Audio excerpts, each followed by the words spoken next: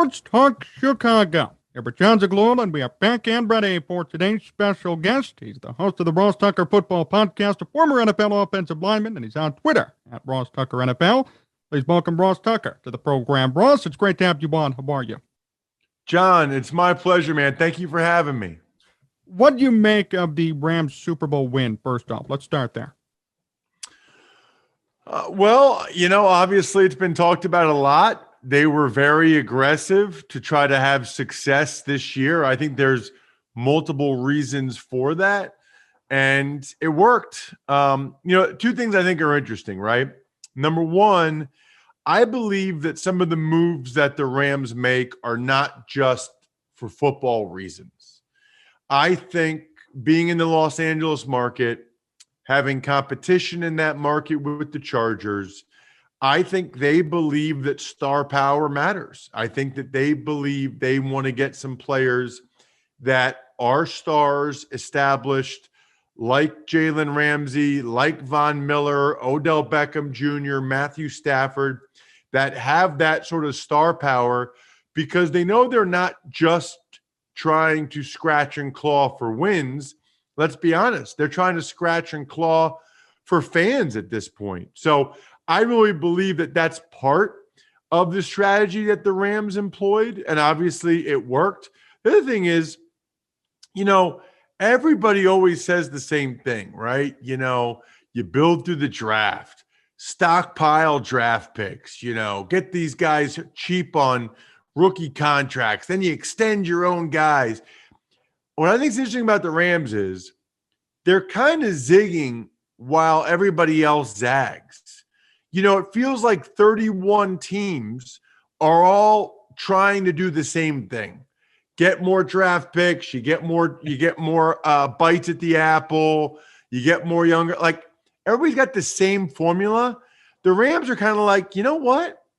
Rather than using draft picks that are maybe a 50-50 proposition, why don't we trade for or sign guys that we know are stud NFL players and then fill in the other positions around those guys? They have like no middle class, and it worked for them. And I wonder how much of it working for them is because they were simply unafraid to do things unconventionally.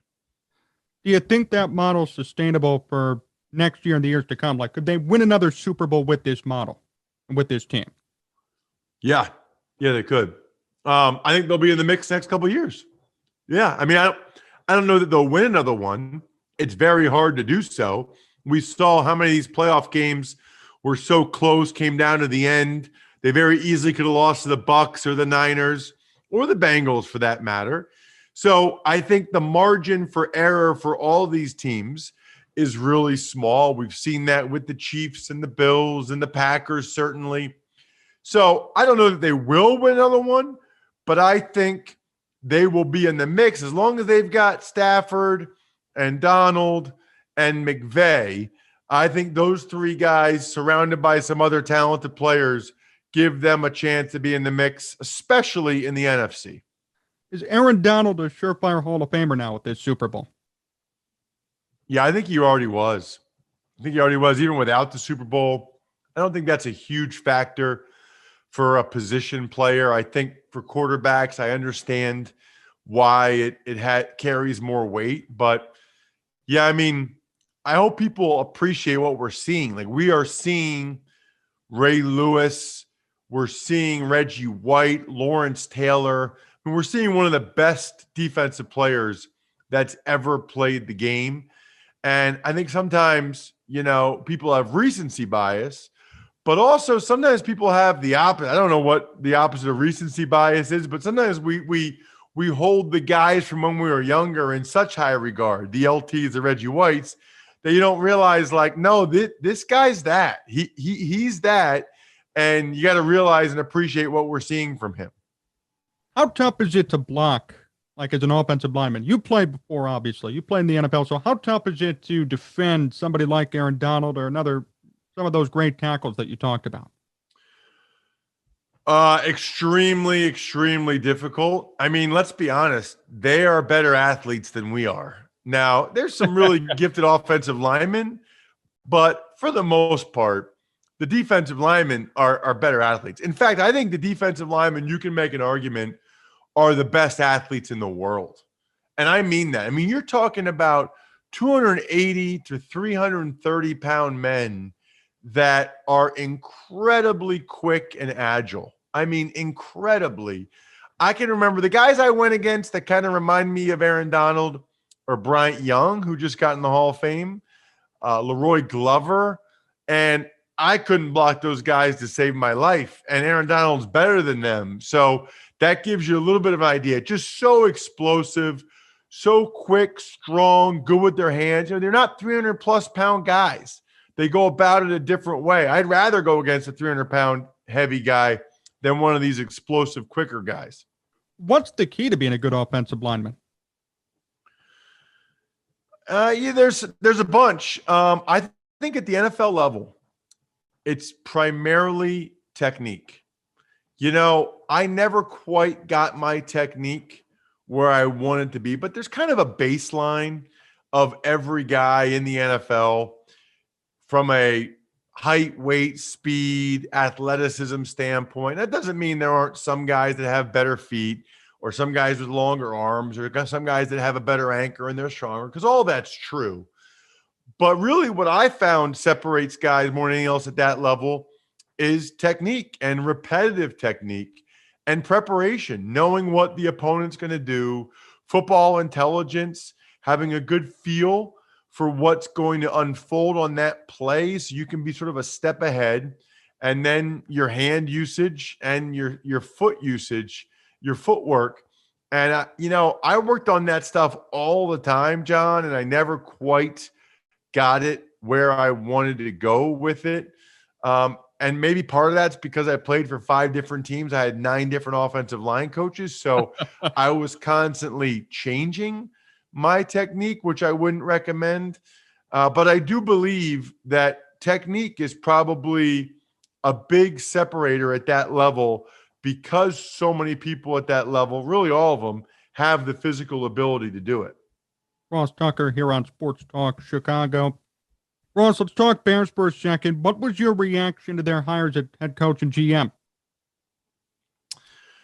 Well, I think, you know, I'd heard a lot about both those guys. So I don't think there's anything that jumps out to me initially with concern. I think, like anything else, you don't know how a first-time GM will be until he does it, because even if he was in a good program in Kansas City and was watching what Andy Reid and Brett Veach were doing, he still wasn't ultimately the guy making the call. Now, I do think there's a lot of good lessons to learn from Kansas City, and hopefully Poles learn those things.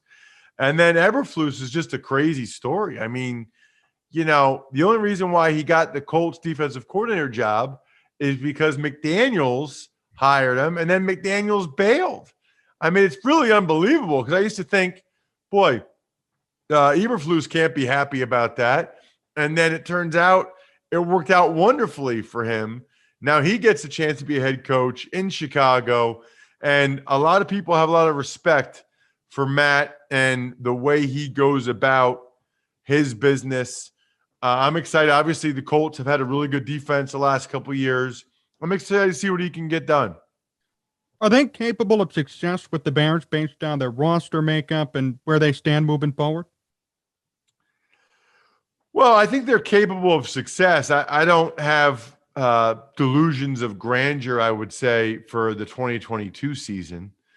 It feels like there's a lot of things up in the air. Obviously, Allen Robinson, I think most people probably think he's gone. I'll be curious to see how they put this offensive line together. They should be very young up front. But, you know, I'm not breaking any news here telling you that the key is Justin Fields and his development and what they can get out of him in year 2, which is why, you know, I'm a little bit surprised that they didn't, you know, get an offensive-minded coach. You know, I kind of thought that they would get an offensive-minded coach, head coach, because they thought he'd be the best for Fields. But I also respect that they didn't do that. You know, they took the head coach they thought would be best, and the head coach, if they had confidence, would be able to bring in a coordinator that can get the most out of Justin Fields.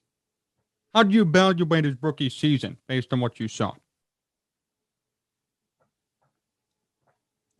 I would say maybe slightly disappointing. I don't think he was bad. I think that there were, as I probably expected coming into it, I thought there were moments. He had some good moments. He had some bad moments. It was probably about what I expected, John, but probably a little bit worse. I thought I would see more growth towards the end of the season. You certainly saw the tools that are there to work with, but I mean, the tools are there to work with any guy that gets drafted in the first round. They all have certain tools. I'm trying to think if I had to rank it, like I don't know that he had a better rookie year than Davis Mills did with the Houston Texans.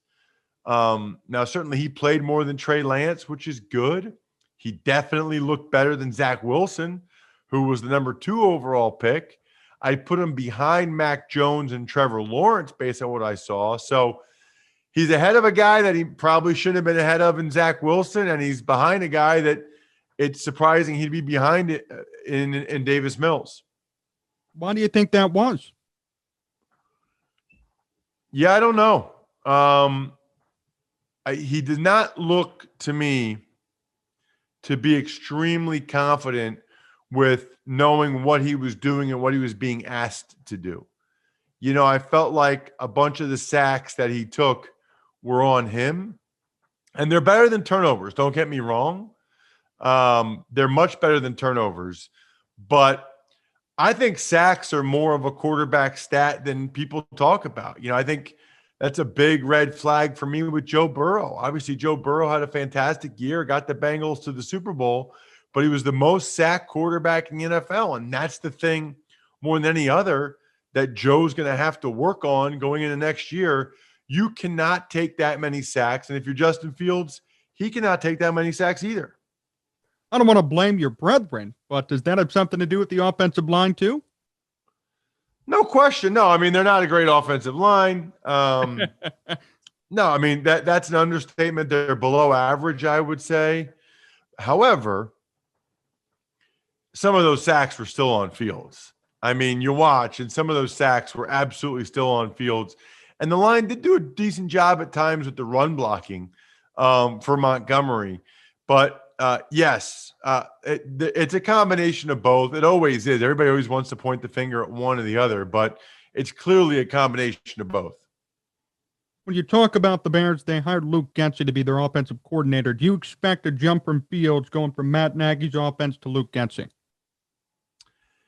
Well, I think he'll play better. I guess the question is how much of that is because it's Getsy and not Nagy, and how much of it is just year 2?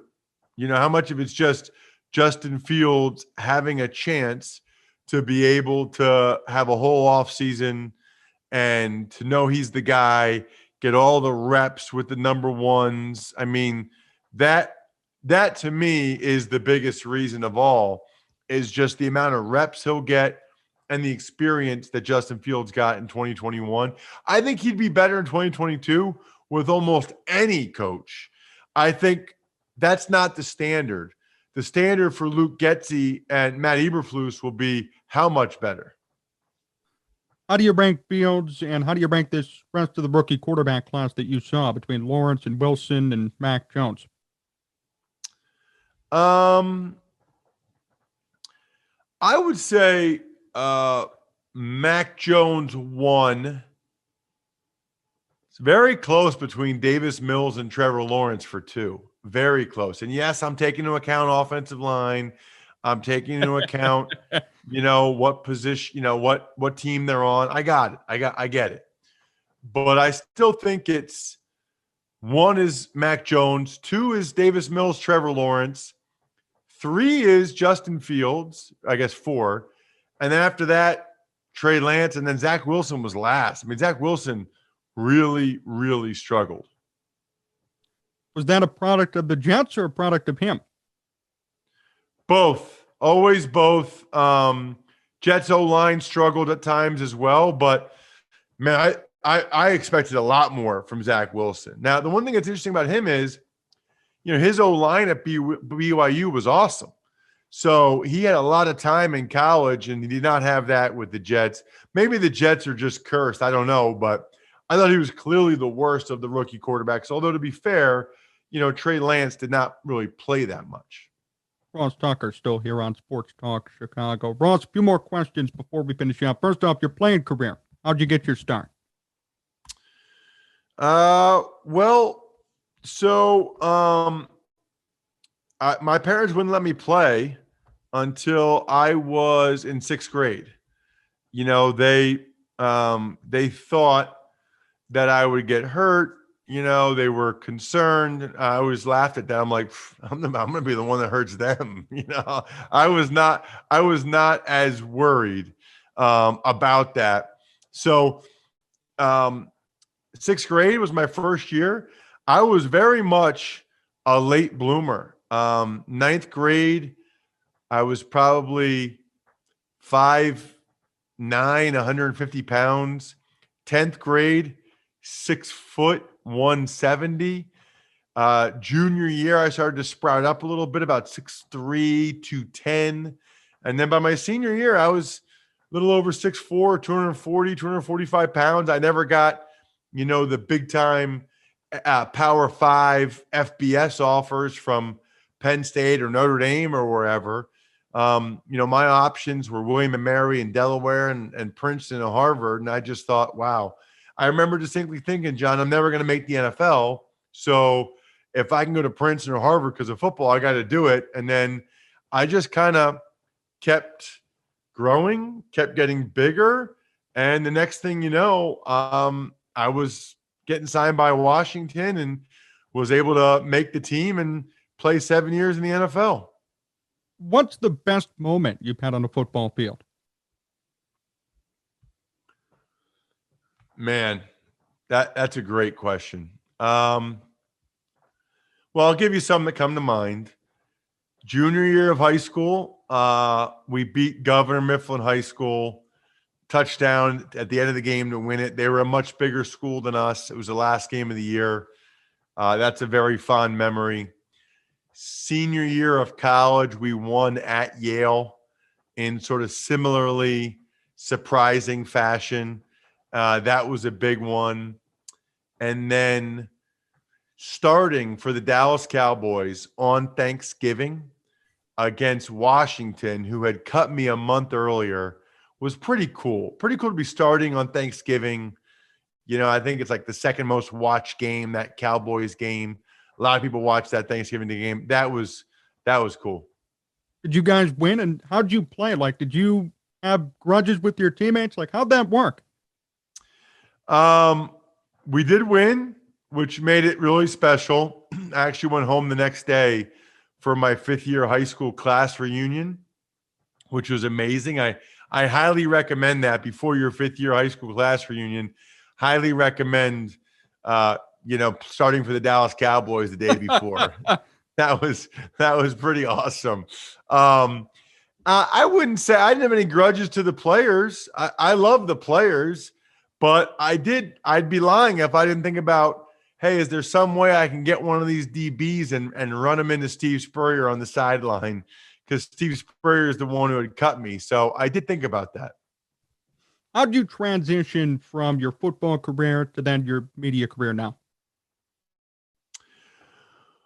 Well, I always wanted to get in the media growing up. And then, you go to Princeton and you kind of forget about it because it's not really what people talk about there. It's all like finance and Wall Street stuff. And then I got in the NFL.